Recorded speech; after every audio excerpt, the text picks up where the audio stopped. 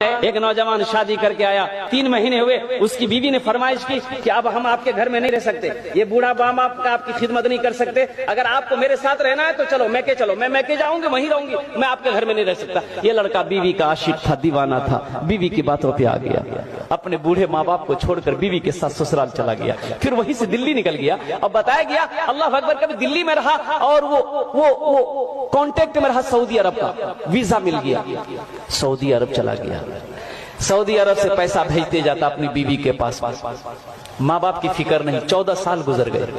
کتنے سال گزر؟ 14 سال کا عرصہ گزر گیا۔ ان 14 سالوں میں اس نوجوان نے 12 حج کیے۔ کتنے حج کیے میرے بھائی؟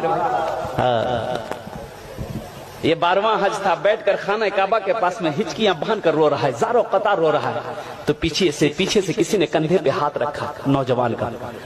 اے نوجوان، کون ایسا گناہ کیا ہے؟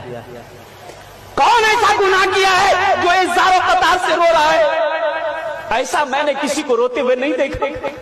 پلٹ کر دیکھا تو اللہ والے ایک بزرگ ہستی ہے، چہرہ سفید ہے، سر پہ عمامہ بندہ ہے۔ کہا کہ حضرت، نہ جانے کیوں ایسا لگتا ہے کہ میرے دل پہ کسی نے تالا لگا دیا، نہ عبادت اچھی لگتی ہے، نہ ذکر اچھا لگتا ہے، نہ کھانے چین ہے، نہ سونے چین ہے۔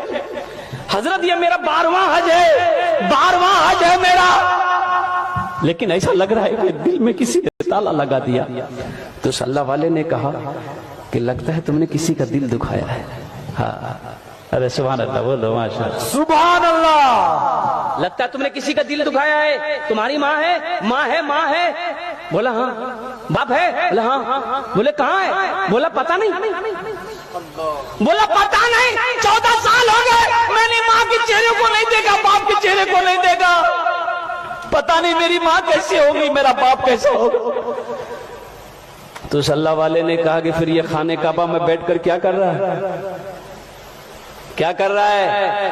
اٹھ جا بھاگ، اپنی ماں روٹھے ہوئے ماں باپ سے معافی مانگ لے، اگر انہوں نے معاف کر دیا تو اللہ تیرے دل کے تالے کو کھول دے گا۔ سبحان اللہ، سبحان اللہ۔ خانہ کعبہ میں بیٹھ کر کیا کر رہا ہے؟ جا، خانہ کعبہ میں بیٹھ کر کیا کر رہا ہے؟ جا۔ یہ نوجوان اٹھا، روتا ہوا اٹھا، اپنا ڈیرا آیا، روم کے اندر میں آیا ہے، اور قربان جاؤ ٹکٹ بنانے میں لگ گیا، فلائٹ پکڑا، ہندوستان کی سرزمین پر اپنا قدم رکھا، اللہ اکبر کبیرہ، اور گاڑی لی، ایئرپورٹ سے گاڑی لیا، سیدھے اپنے گاؤں کے لیے روانہ ہوا۔ لیکن قربان جاؤ، اور دیکھا کہ گاؤں میں بہت ساری بلڈنگیں بن گئی ہے، 14 سال کا عرصہ گزر گیا، اس کا گھر کی جگہ پتہ نہیں۔ ایک بوڑھے میاں گھاس کاٹ رہے تھے بیٹے، اس نوجوان نے کہا کہ تھوڑا پوچھ لوں ابا کے بارے میں، امی کے بارے میں۔